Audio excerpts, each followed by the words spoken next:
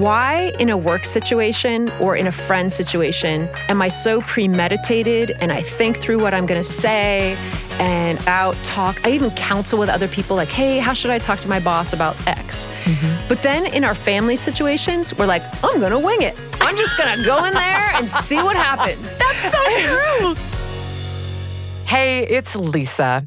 Tell me if you've had an experience like this. It's the holidays. You're gathered with family, friends, loved ones that you don't often get to see. There's laughter and mingling, a warm feeling of togetherness. And then someone makes a comment. The comment. I think I don't even have to give you a generic example here. You know what this looks like in your family. Suddenly, the lively conversation from just a moment ago about favorite movies and memories has been replaced with a chill in the air and an awkward discussion that you know from past experience is unlikely to end well.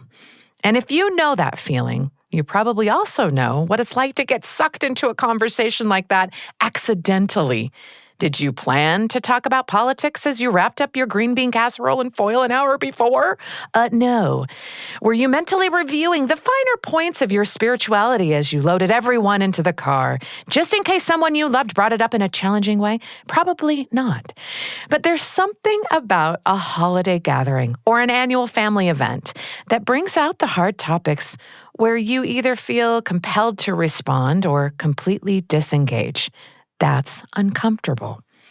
And it's also why I've got Emily Taylor here, a professional mediator who has all the tips for making our holidays contention-proof, just in time for Thanksgiving.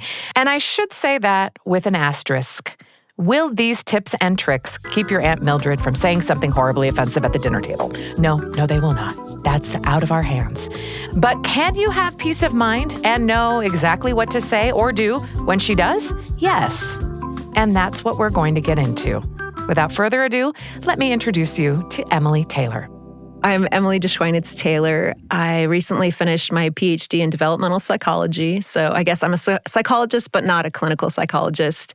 I'm a mediator, and I work currently at one of the largest state universities as an ombuds, which is basically a conflict resolution person inside the university to help anyone on campus. Now, before you think Emily was just born good at navigating conflict, because she's a professional. If she does it for work, she must not be as conflict averse as the rest of us. It's actually the opposite. Emily's career as a mediator and psychologist came about because of a midlife realization that these were skills she didn't have. I had a strategy for my life, and that was to just be kind, kind of suck up the bad in social situations. And I thought I could digest it on my own. And in my early 40s, I just figured out that resentment actually doesn't just go away, and that my efforts to be a kind person weren't always reciprocated. I would say maybe 60 to 70% of the time. But I needed to learn how to ask for what I needed and be a lot more direct with people who can't read my mind. I just thought somehow when I got married or had these close family relationships that people would be able to guess, and that wasn't the case. So I thought, let's figure this out. I want to learn how to negotiate. I want to learn how to persuade. And there were actually programs of study to do it when there hadn't been when I was in school. So Emily sets off on a journey to learn about conflict, how to manage it, how to be persuasive, and how to stand up for herself and her needs in the scenarios where she hadn't been able to up to this point. Now, Emily has a lot of good advice, and I wanted to make this easy to remember. So I've distilled it into an acronym, GRAVY. See what I did there? One of the best parts of the Thanksgiving meal. I know it's a hot take, but it can make or break the whole meal. I'm willing to discuss it. Anyway, one of the first things Emily learned in her journey is the G in gravy, and it has to do with the way you frame conflict as a whole. I think we're taught that all conflict is bad, that somehow it should just be, it's like a fire. You just got to put it out as fast as possible. I see conflict now as differences that matter to one person or another. It's like a bump. I'm walking down the road and I bump against you. It doesn't mean we have to have a fight about it. It just means we're different. We're going in different directions. I have a different opinion from you. So conflict isn't bad, but contention, when I have some kind of hostility or aggression against you because of the bump, that's what we should be avoiding.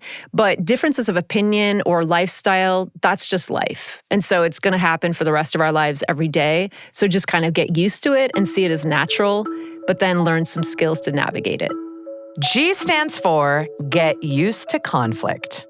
And I want to clarify that we're still talking about just conflict here, which is people disagreeing or having different opinions, lifestyles, and priorities. That's not the same thing as contention, fighting, belittling, name-calling. Nobody's saying that you have to get used to that. No. In this case, we're just talking about doing the work to view conflict as a natural everyday thing so that you can lean into conversations that matter instead of leaning away and maybe even feel less stress or adrenaline in your body when they come up.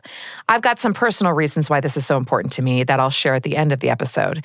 But for now, I had to ask Emily, where do you start? If you want to talk about something that matters to you, especially if you haven't spoken up before. Emily says setting yourself up to succeed is all about creating the right context for the conversation based on the person you're talking to. It can actually be trickier in the relationships that are closer, where if we have not asserted our opinion before and then we're suddenly trying to do it, we might need to, in a way, kind of prep someone and just basically ask permission. Say something like, say you've had this certain argument with a child or a spouse or, a close friend, and all of a sudden you're like, I can't handle this anymore. I've got to bring something up.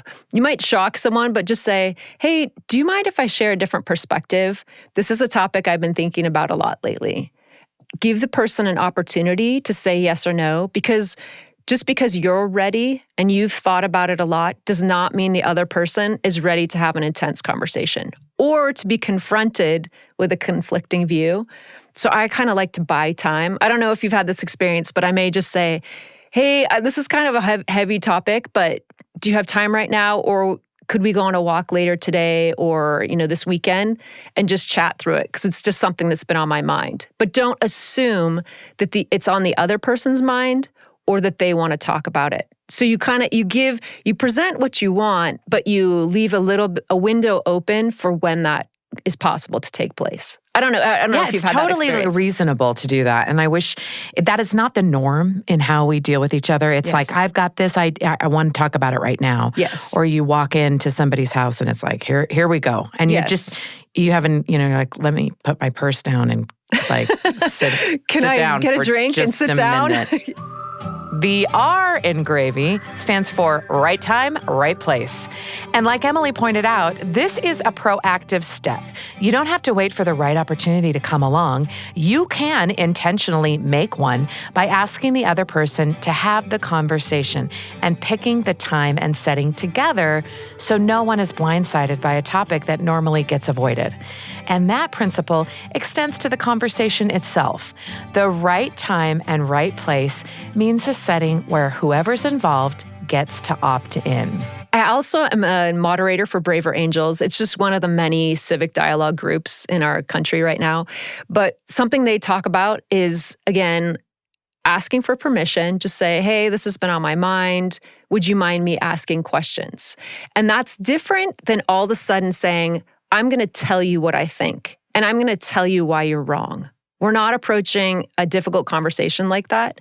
If we ask for permission to have the conversation, we're actually going to listen first. Pausing this just to highlight what Emily said here. Asking permission is a big part of right time, right place. If it's not right for everybody, it's not right at all. And like she said, you're not asking for permission to shut down someone or tell them why they're wrong. You're asking if it's okay to bring up the topic and have a dialogue so that you can ask more sincere questions. You may remember our conversation with Ava Weitzman from just a few episodes ago. Here is a great opportunity for that peacemaking curiosity. Listening is essential. That's our piece of goodwill where we start a conversation. So if they say yes, then you could just say, hey, I'm just going to listen to kind of how you see the issue first. And then I'd love to share some of my own thoughts. And if we don't agree, that's totally fine. I mostly hang out with people who think similarly to me. So I'm just wondering if I can have a chance to hear how you see it, because I know you've expressed different opinions in the past. So then we can enter into the conversation, but I have to show I'm listening. If all of us, we know that feeling of when you're listening, but you're not really listening. You're actually just gathering data points about how you're going to respond, right? And you're like, I'm biting my tongue. Mm-hmm. People know. Yeah. You don't have to say anything, but people can tell whether you're actually listening or not. People know if you're listening or not.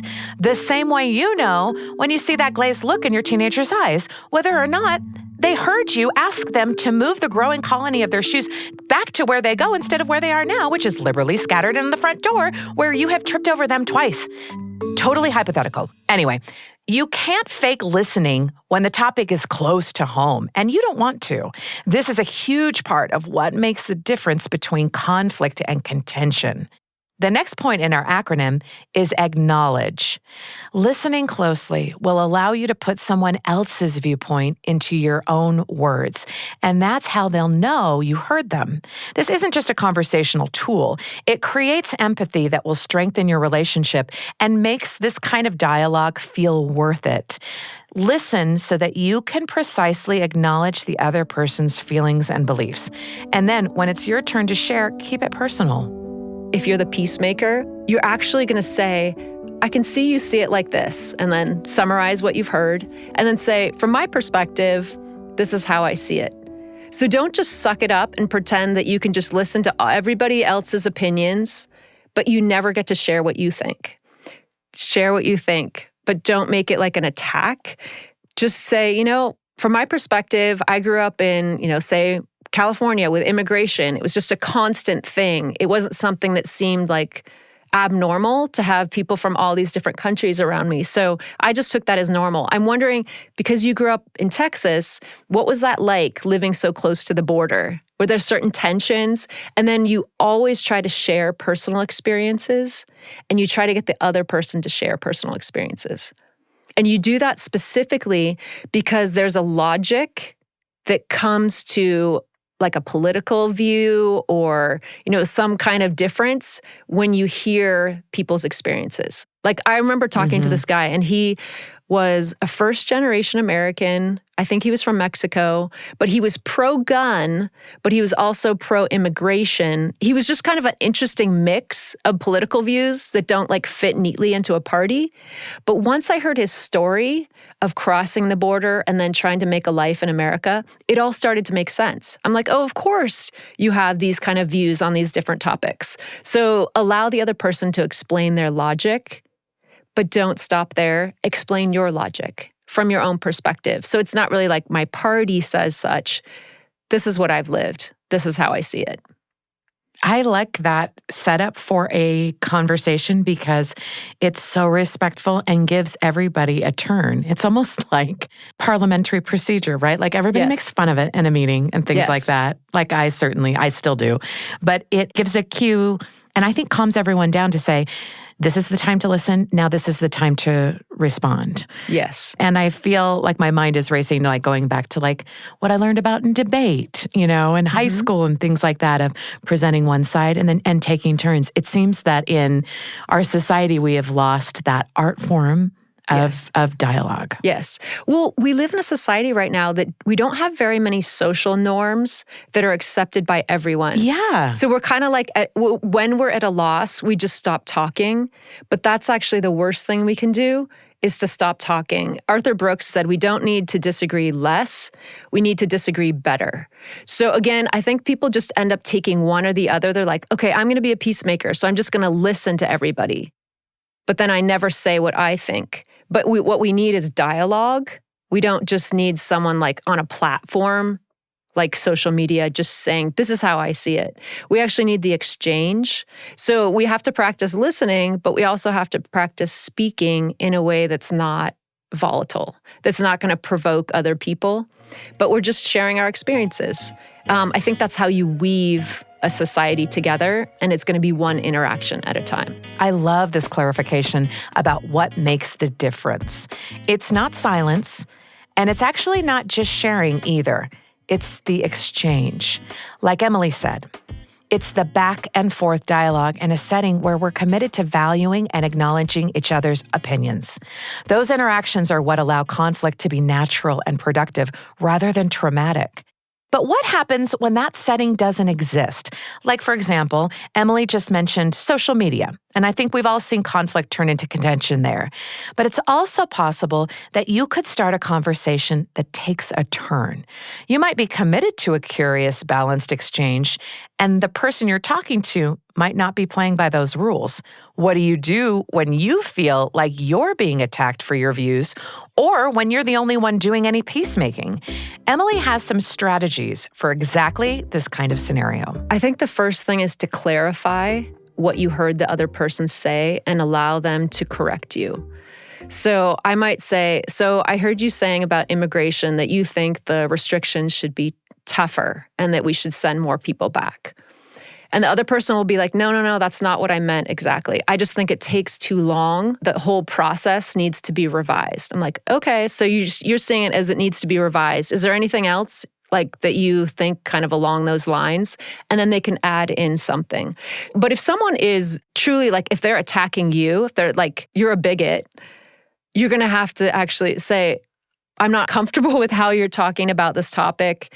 Can you explain a little bit more? And maybe if someone's got that heated and they're kind of in the accusing mode, maybe they can calm down and they can explain themselves. Just say, hey, if we're going to have this conversation, two things, like let's not interrupt each other and let's avoid blaming and accusing. If they'll agree to the rules, like the parliamentary rules, then we can make progress. But otherwise, you probably need to exit that conversation. Yeah. That's a different skill. Situation, and that's a different skill. Yes. But if you're interested in engaging and having a conflict resolution, Yes. it's with the assumption that both people want that. Yeah, sometimes they don't. So I think when you go in, know that you might need an exit. So you go in with prepared saying, you know what, I don't think we're going to solve world peace today. Or, this was a tough conversation. I appreciate you us trying to do it, but I don't think that is the right time. This is the right time. But also, what TV are you watching? Something a little bit, like change the subject, right? Well, do you know what I mean? Yeah, exactly. Like I don't know. Something lighter or Right. a different topic. I think if someone becomes abusive, address it. Like, we're not getting into the blame game. Just say, you know what? I'm not comfortable with how this conversation is going. I'd be happy to talk about another topic, but this one, I think I'm done for now. And I think this speaks to the value of in-person conversations because Yes. that's not done on social media. Yes. It's not done over text, right? Yes. Yeah, those are more like, that's like having a megaphone and just saying what you think. Yeah, it's not as interesting. I don't think so. I don't think so. I mean, even doing this conversation, I find it way better in person. Yeah. There's so many other cues that I get in a conversation besides just your voice or just focusing on those words. The V in our conflict savvy gray V is for voice boundaries. In this case, we were talking about parliamentary rules. I like how Emily uses the language blame game in her example. She's naming the thing, the inappropriate tactic in the conversation, and her feelings about it. I don't feel comfortable with that. It's an assertive way to respond that also leaves the door open if someone is willing to play by the rules later. And it didn't even sound like a criticism. Hey, we're not doing that. Our feelings are going to get hurt. Let's pick this up later when we've cooled down. Voice boundaries out loud. And this gets especially important if you find yourself in the situation we were imagining at the beginning of this episode, the classic holiday family debate. I had to ask Emily about that, and she had some great tools for voicing and holding boundaries in these situations too. I'm curious of what your perspective is of when conflicts arise or you anticipate conflicts when there is maybe like an emotionally charged holiday situation. Sure. Well, Isn't that a funny way of saying like Thanksgiving dinner? But I wanted to keep it like more open. Yeah. Right? Well, Thanksgiving or any holiday. In any group situation or say a group conflict situation, it's usually not everybody that gets into an argument. It's usually actually just a few key figures that stir the pot and make it kind of there are names coming to mind. Exactly. Right now. But one thing that I've really focused on during the past several years is why in a work situation or in a friend situation am I so premeditated and I think through what I'm going to say and I kind of study it out, talk. I even counsel with other people like, hey, how should I talk to my boss about X?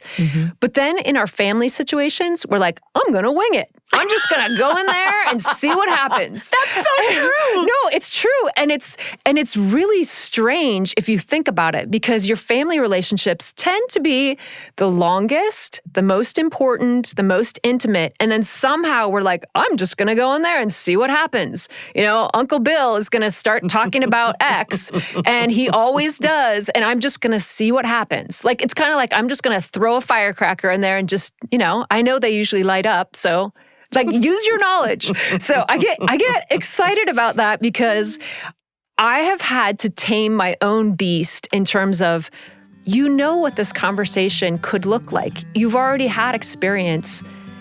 Use your experience. So if I know like a certain uncle or a cousin, this is how they love to get the ball rolling on the certain topics, come in prepared. Like, if I don't want to talk about it, I've actually practiced a little phrase, said, that sounds super interesting. I don't think I want to engage in that during our dinner. If you want to take a walk later, but you don't say it unless you actually want to do it. If you don't want to get in that conversation. Yeah, because if anybody's going to call your bluff, it's going to be your family. Exactly. They want to push your buttons. That's how I am with my siblings. Yeah. Like, oh, you want to go there? Okay. I mean, in a fun way, but still. Yeah. And there's something to, again, like, as I get older and like my age group of siblings is kind of running the show, it's not as much the older parents. They're there, but not necessarily directing the state of affairs of the family. Have an understanding, like whoever's hosting, you kind of get to set the rules. Like, you're all at my house.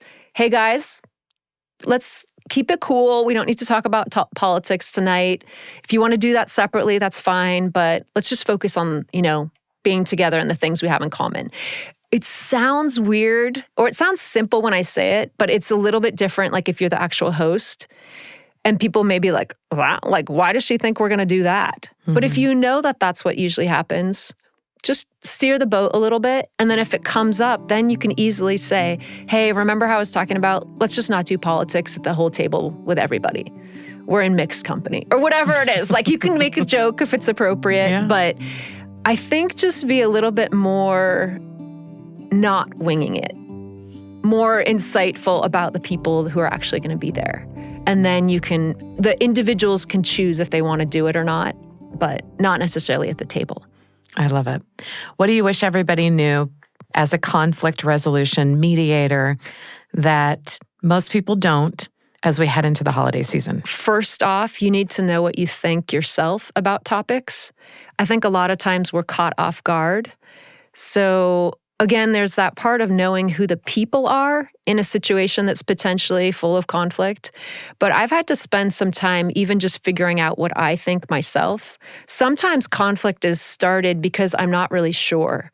I'm a very verbal person, so I actually figure out what I think through conversation. So I may start off with a thought and then I want to correct myself. So allow others and yourself to correct yourself and be like, you know what, I said that. That's not actually what I think anymore. I'm not a flip-flopper. I'm just a learner. I change. But I think the first part of conflict is actually inside. So if someone tries to set you off, but you already know what you think and you're peaceful about it, they don't really have power over you. So conflict, I guess the peace part starts inside, that you're not in internal conflict. I think a lot of us maybe are in internal conflict. So when somebody says something that kind of triggers us, it's because it's triggering an internal conflict. So that's kind of what I would say is focus on the internal first, and then the external has far less provocative power to set you aflame. I love this point so much. All of this advice from Emily Taylor is so good, but I especially love this one because isn't one of the hardest parts about Thanksgiving conflict that it feels out of your control? All of the thought that went into gathering the people, planning the meal, keeping up traditions, and of course, the whole event is based on gratitude, which implies that we're all on our best behavior because we're just so grateful, right? Right? That was the goal anyway. And it's frustrating frustrating when that plan seems to be thwarted by someone hijacking the event as their platform. But Emily says you can be prepared for this by handling your inner conflict first. Know what you think so you're not distracted by confusion or challenges to your viewpoint. That will make it easier to not get sucked into a conversation that's going to turn to contention. The more I think about this, the more I realize holiday dinners are basically improv. You're thinking on your feet. There's an audience. Hopefully you're on stage with people you like who will back you up. And even though everything is made up on the spot, you can still prepare for it. That's why the Y in our GRAVY acronym is for yes and. As you're putting this gravy together, G, getting used to conflict by engaging, redirecting dialogue into R, right time, right place settings where conflict won't drive a wedge into the relationship, aka not in front of the group. A, acknowledging the personal feelings on both sides. And V, voicing boundaries. You don't have to do this alone. Gather some allies who can support you when you're laying or enforcing the ground rules. When you're saying, hey, this is an important conversation. We're not going to have it at the table, but I care what you think, and I'd love to go on a walk later so we can do it justice. Let's save this for a better time. A little prep work with your own opinions and thoughts, and if possible, other people in the room, will make it easier to why, yes, and whatever is thrown your way on the day of. Gravy is a skill. It takes practice and failure and trying again and all those other aspects of learning. If you're like me, it's still not as comfortable as I wish it was, but it's worth it. And on a personal note, let me tell you why I believe that.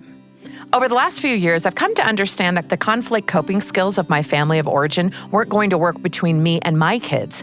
And if you have older kids, you probably know what I'm talking about with this generation. They speak a different language, and it's bigger than just, Mom, why are you so mad? What? I'm not mad. You put a period at the end of your sentences in a text. Everyone knows that means you're furious. That's a real example, by the way. Several of my kids have gotten involved, and I'll be honest, I don't know if I can stop using punctuation in my texts. It's the English teacher in me, but now they understand it's not personal. But I digress. I've explained it all to my kids. Now they understand my intent. But there are a lot of people in my life that I love, mostly my generation and older, who have successfully adopted a practice of avoiding conflict by just never talking about the things we disagree about. And don't get me wrong, there's a reason we do that. Kudos to them. Those unspoken boundaries keep the peace. Everyone's content, and it allows certain relationships to continue. But these kids are different. I'm different. This generation talks about their feelings and doesn't tolerate stuffing them down. When my relatives avoid disagreeing with me, I know they're doing it out of love. If I do that to my kids, they feel dismissed and unseen. And so that makes the skills Emily is talking about even more important. Because if you don't have any tools or ground rules or experience with conflict as a natural part of life, then of course it feels like the best option is to never talk about the things that matter to you. And I really think that for Gen X, we have the time and plasticity to learn some new skills and do it better, because of course we have to do everything. I want to have this deep relationship with my kids where we don't have to tiptoe around our ideological differences or avoid conversations about our opinions and beliefs. And I think they want that from me. Unconditional love embraces complexity, differences, and conflict. Actually, conflict is inevitable. For me, this isn't just about more peace or less contention. It's about having the skills to embrace other people in the way that I believe my Savior embraces and loves me, without needing me to change before I'm worthy of that love. Hey, have a happy Thanksgiving. I'm grateful for clever acronyms that can help me keep my cool in the moment and understand what it is that we're trying to do, which is just create more love and be together. Listen, even if you fail, you're doing the work. The rest is gravy. The Lisa Show is a production of BYU Radio, hosted by Lisa Valentine Clark. This episode was produced by Becca Hurley with help from Blake Morse and Kenny Mears, with post-production by Gracie Davis. For more information on our guest, Emily Taylor, links to her book, Conflict Fluent, and links to her website will be in our show notes. If you haven't subscribed to The Lisa Show on YouTube, you can find even more content on our channel, including the Council of Moms. As always, thanks for your messages. We read them all, and thanks for listening.